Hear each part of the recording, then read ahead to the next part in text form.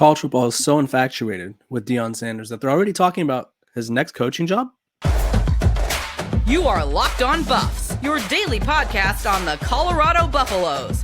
Part of the Locked On Podcast Network, your team every day.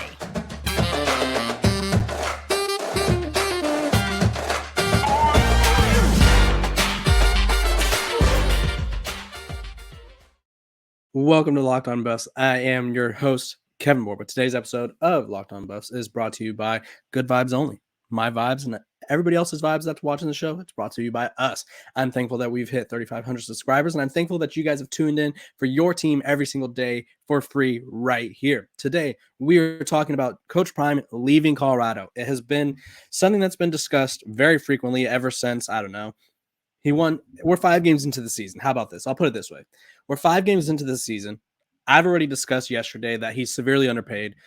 He ranks, I think he's second currently in the Pac-12 in pay behind Kyle Whittingham, and I would assume Lincoln Riley at USC, but obviously USC is a private school, so we do not get that information. But I think that Colorado needs to figure out a way to pay him more. So does Skip Bayless, which I'll talk about later. But people are already talking about what his next plan is and what his time at Colorado will lead to. And I've talked about this before, but I feel like it's time to do a bit of a deeper dive on this because obviously Coach Prime is leading Colorado to a great season. They already are 3-2. And while you're like, oh, is that really a great season? Their win total was 4. So they win one more game and they have surpassed their win total by week 6. And honestly, their next 2 games are against 2 teams in Stanford and Arizona State that are 1-4. So they realistically should be 5-2 in 3 weeks with Travis Hunter coming back after the bye week for their game against UCLA, which I again think they should win.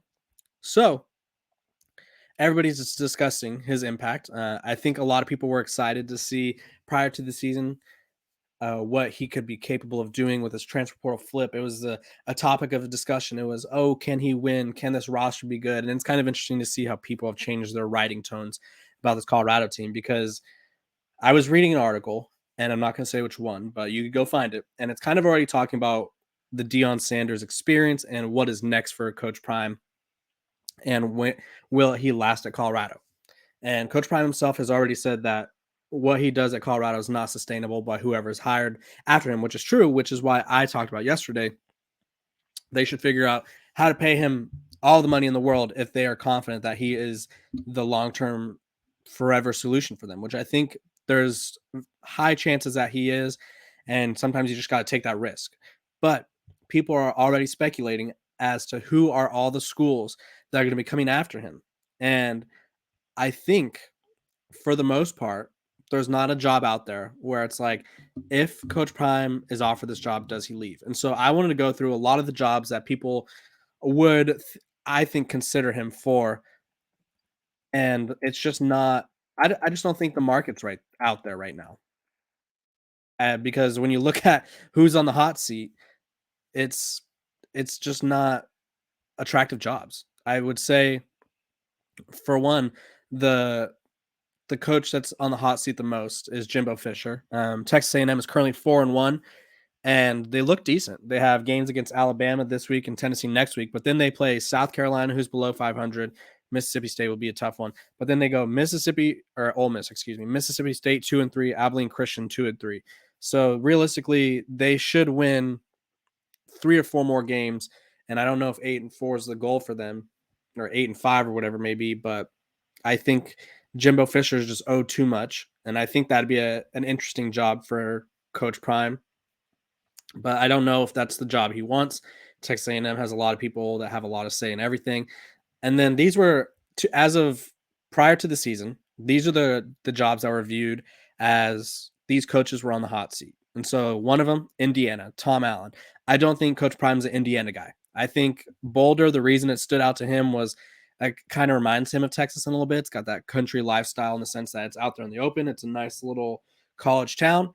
And I think the program was willing, was willing to show that they're ready to invest in everything that he wants and everything he needs. And I don't know if Indiana is doing that for him. Plus, I just don't feel like he's a Big Ten guy.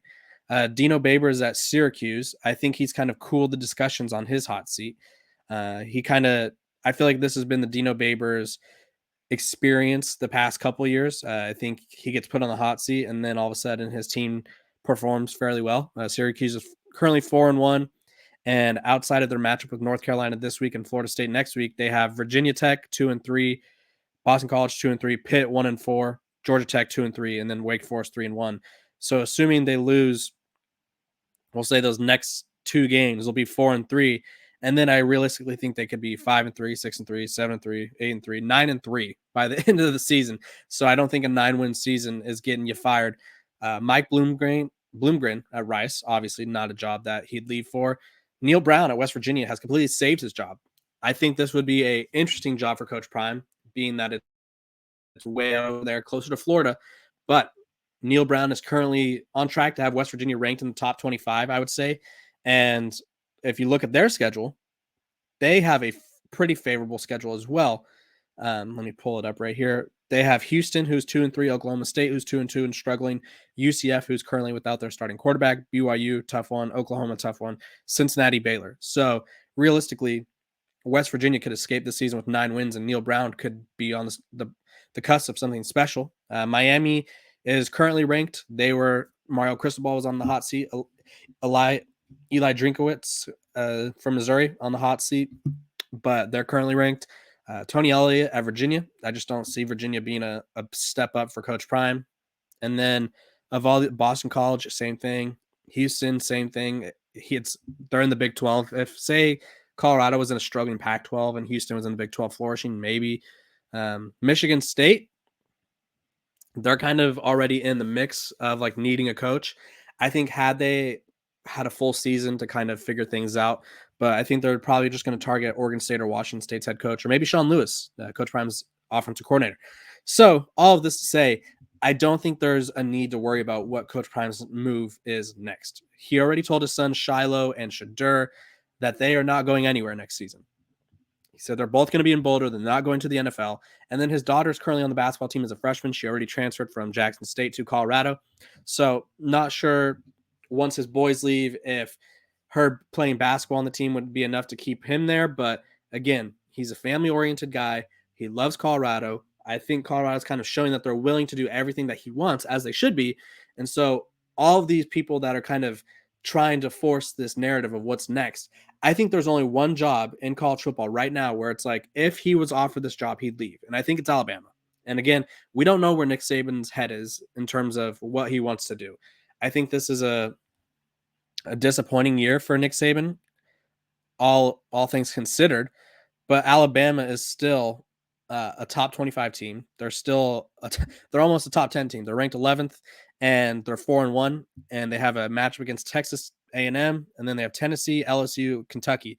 So they have a chance to kind of reestablish themselves and make it to the playoff if they win out, if we're being honest, because a one-loss Alabama team that ends up winning the SEC championship, for let's just say for hypothetical purposes, and their one loss is to a Texas team that's probably going to be top 4-ish around the time the season comes to an end, I think Alabama will get in. So Nick Saban controls his own fate. And so I think that'd be the only job where it's like, yes, that's the one that Coach Prime leaves for. And so I don't know why a lot of people are kind of trying to force this narrative, but I think it's because I don't say upset that he's thriving at Colorado, but I think it's because Colorado is a non-traditional program and he's kind of making it a non-traditional power. And people don't like that, even though they want parity in college football.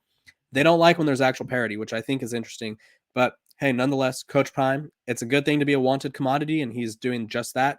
He will probably earn himself some more money just by being more successful and just by other coaches or other programs wanting him. So not a bad situation to be in if you're Colorado. It's obvious.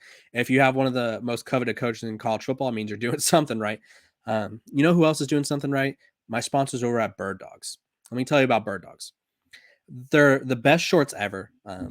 They make you look good. Their stretch khaki shorts are designed to fit slimmer through the thigh and your legs, giving you a truly sculpted look. Bird Dog shorts do the exact same thing as Lululemon, but they fit way better.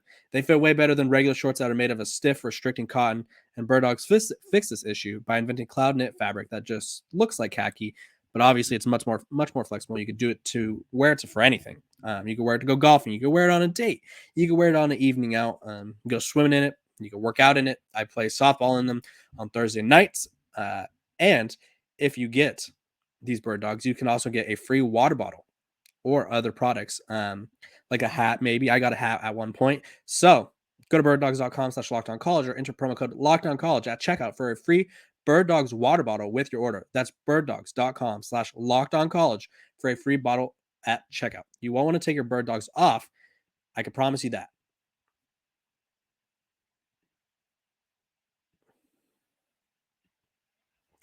Welcome back. We are talking about Skip Bayless. Usually, Skip Bayless is in the hot take market, and he's in the hot wrong take market, I would say. But he's exactly spot on, and he kind of said something that I talked about yesterday, and I think it was a testament to just how successful and just how well Coach Prime projects to do at Colorado. When talking, because everybody was talking about money yesterday, for a normal reason, I guess.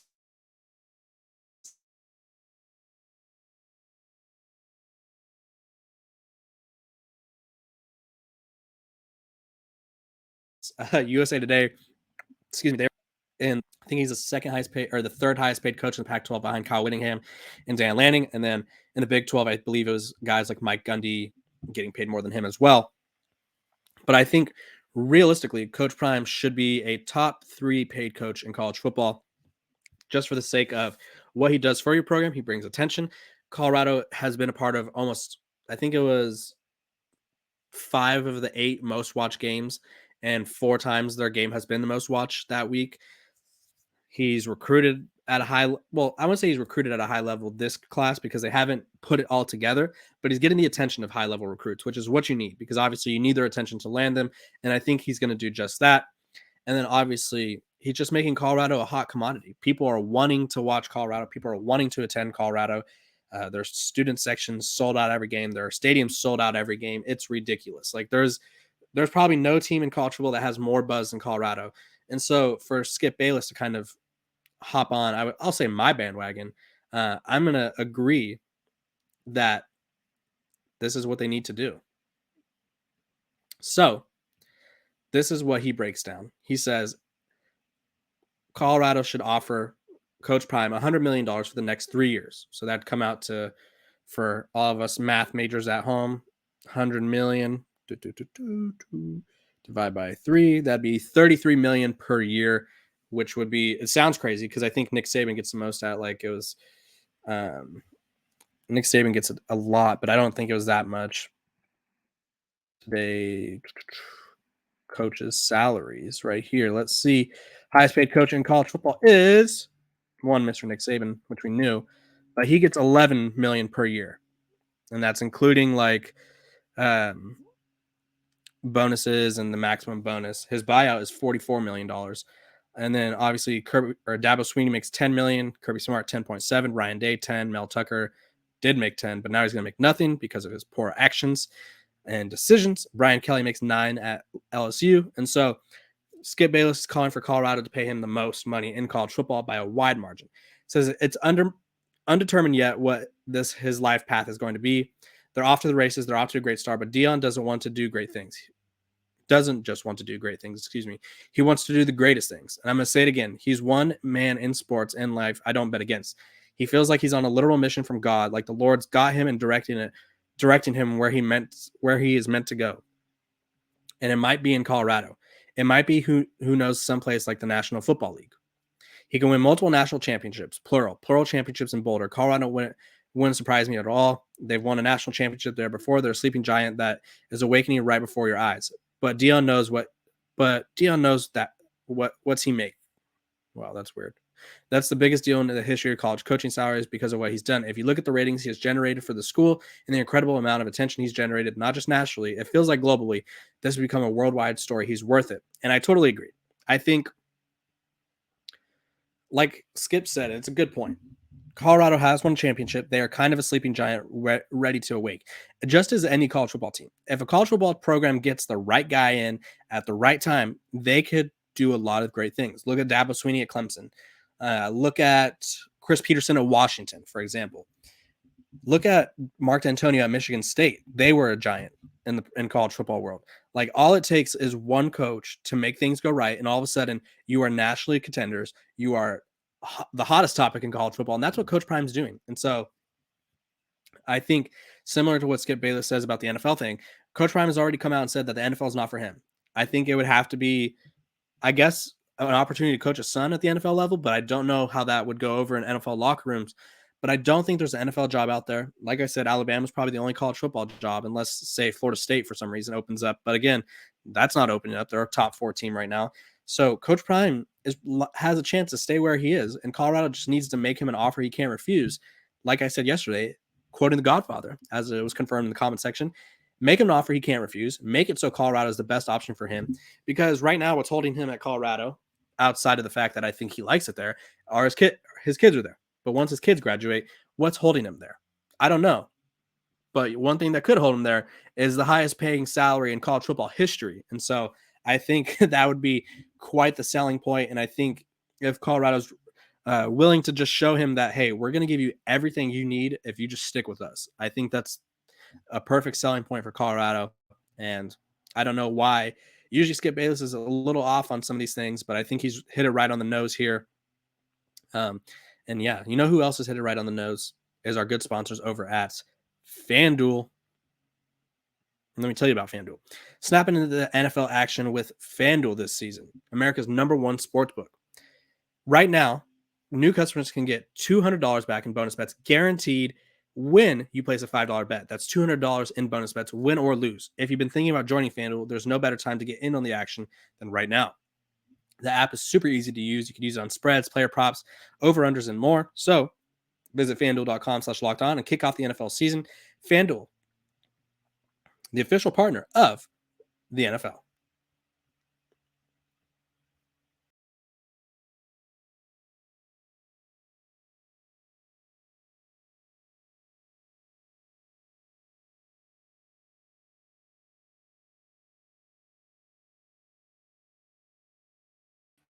Welcome back, everybody. Sorry, got a little technical difficulties there.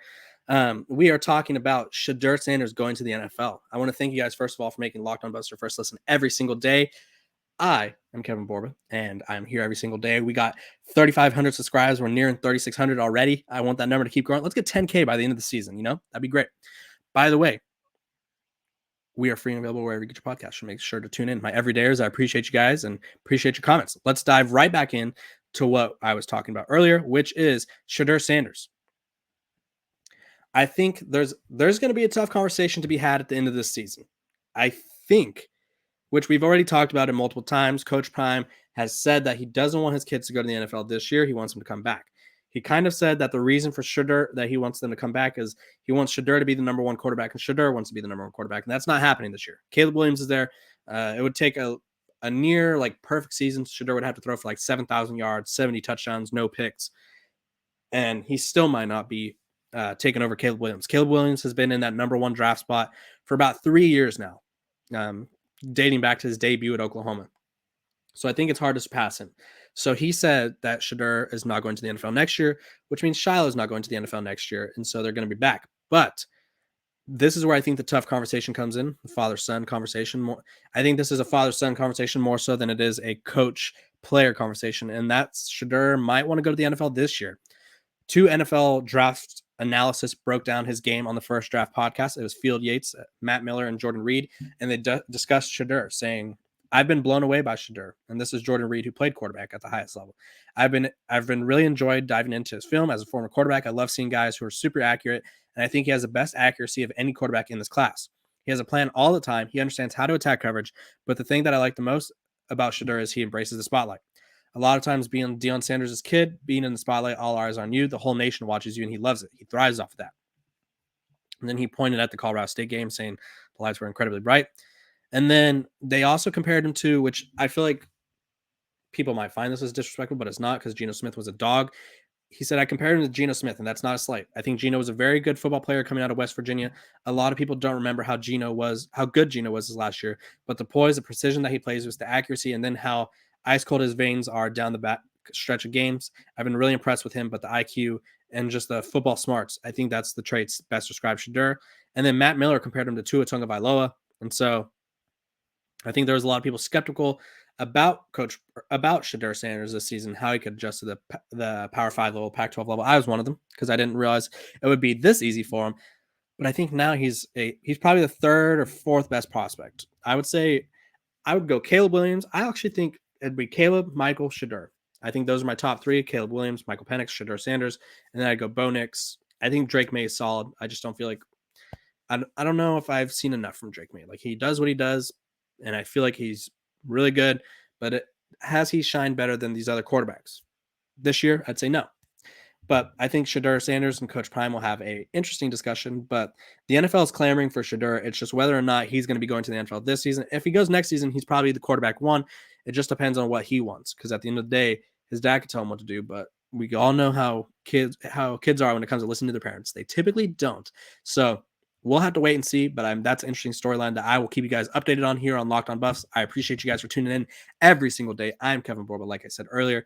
Thank you guys for making Locked On Buffs your first listen. We're free and available wherever you get your podcast. Hope you guys have a great Wednesday.